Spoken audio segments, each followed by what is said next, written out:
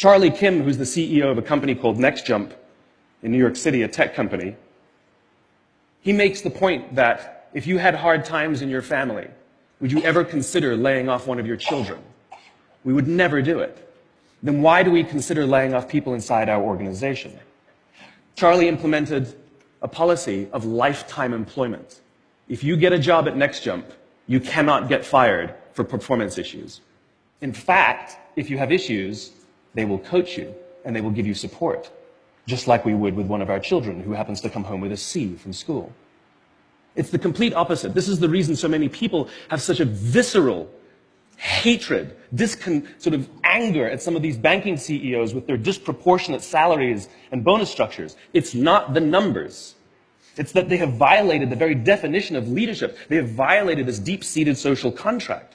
We know that they allowed their people to be sacrificed so they could protect their own interests. Or worse, they sacrificed their people to protect their own interests. This is what so offends us, not the numbers. Would anybody be offended if we gave a $150 million bonus to Gandhi? How about a $250 million bonus to Mother Teresa? Do we have an issue with that? None at all. None at all. Great leaders would never sacrifice the people to save the numbers. They would sooner sacrifice the numbers to save the people. Bob Chapman, who runs a large manufacturing company in the Midwest called Barry-Wehmiller, in 2008, was hit very hard by the recession, and they lost 30% of their orders overnight. Now, in a large manufacturing company, this is a big deal, and they could no longer afford their labor pool. They needed to save $10 million. So, like so many companies today, the board got together and discussed layoffs. And Bob refused.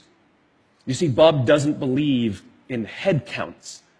Bob believes in heart counts. And it's much more difficult to simply reduce the heart count. And so they came up with a furlough program. Every employee from secretary to CEO was required to take 4 weeks of unpaid vacation. They could take it any time they wanted, and they did not have to take it consecutively.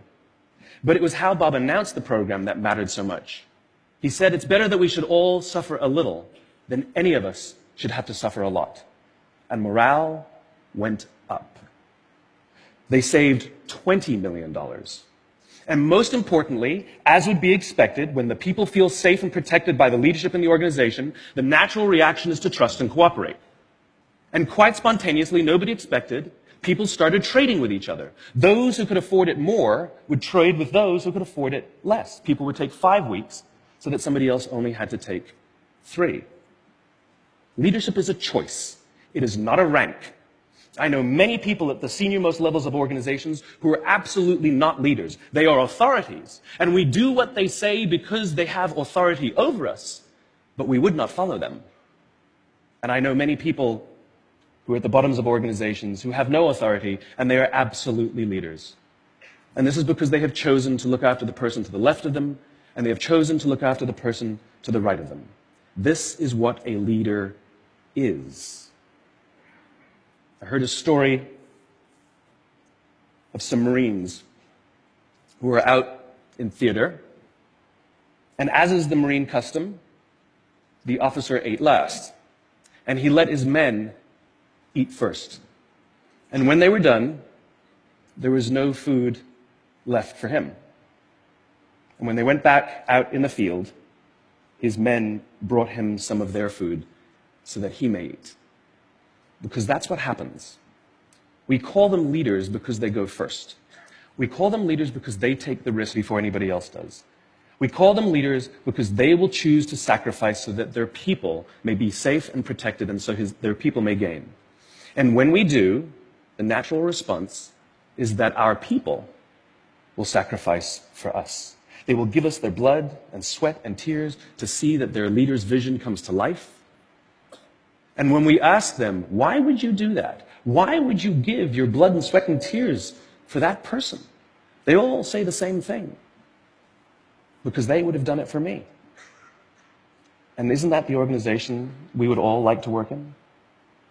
Thank you very much. Thank you.